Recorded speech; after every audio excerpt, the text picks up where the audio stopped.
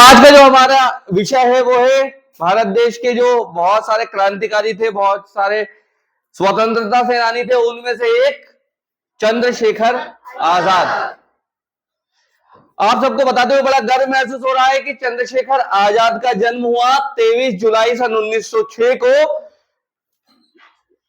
झाबुआ जिले के भावरा नामक गांव में। इनके पिता का नाम था श्री सीताराम तिवारी और माता का नाम था जगरानी देवी। इन्होंने अपनी जो प्रारंभिक शिक्षा ली थी ना आपको, वो कहां से ली थी मालूम है?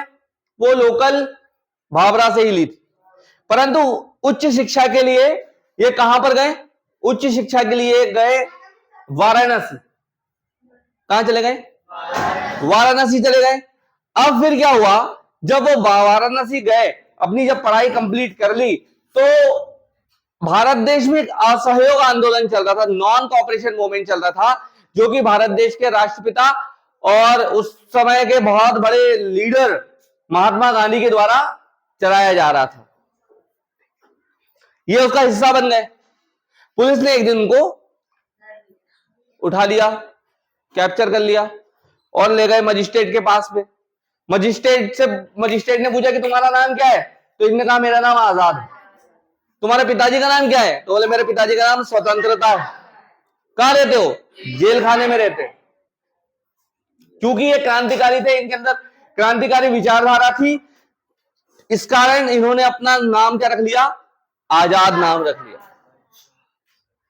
अब क्या हुआ, इन्होंने एक्टिवली क्रांति के कार्य करना चालू कर दिए और सरदार भगत सिंह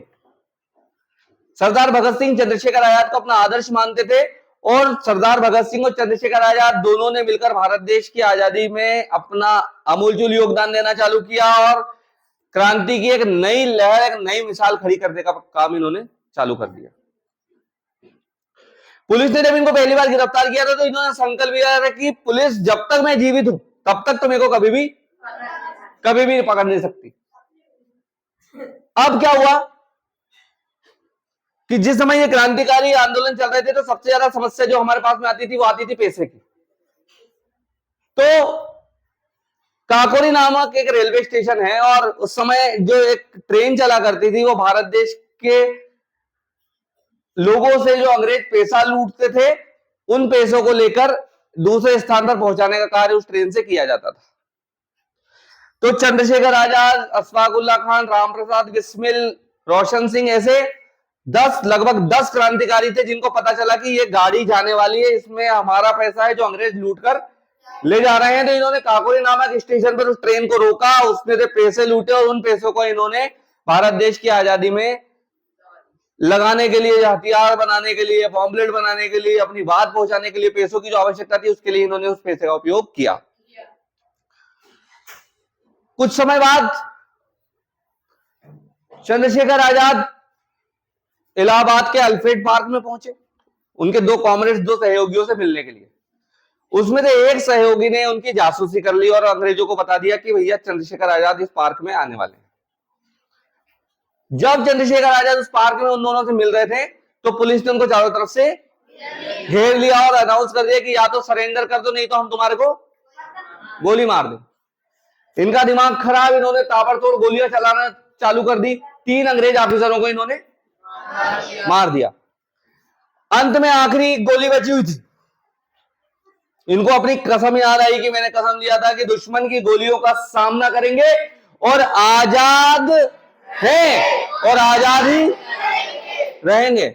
इन्होंने उस गोली को अपनी बंदूक में डाला, भारत देश की इस पावन मट्टी को अपने सर से लगाया, प्रणाम किया और वो आखिरी गोली इन्होंने अपने सर में मार ली और इस भारत देश की आजादी में अपने प्राणों का बलिदान दे दिया। और कुछ समय बाद सन 1947 को हमारा भारत देश आजाद हुआ और आजादी के बाद से हमारे देश में मध्य प्रदेश की सरकार के द्वारा शहीद चंद्रशेखर आजाद मेमोरियल अवार्ड दिया जाता है, जो कि भोपाल में दिया जाता है और लगभग 1.5 लाख रुपए की राशि जो अच्छे कार्य करता है, जो देश के हित में कार्य करता है, उसको देकर सम्मानित किया जाता है। और हम लोग बहुत सौभाग्यशाली है कि एक ऐसी धरती पर हमारा जन्म हुआ जिस पर शहीद चंद्रशेखर आजाद जैसे महान क्रांतिकारी इस भारत माँ के सच्चे सपूत का जन्म हुआ है। हम लोग उनके चरणों में बारंबार प्रणाम करते हैं और निश्चित ही उनके आदर्शों पर चलकर हम भी हमारा व्यक्तित्व का विकास करने का और इस देश के हित में कार्य करने का संकल्प करते हैं। बोलो भारत माता की। अब क्वेश्चन आंसर पूछ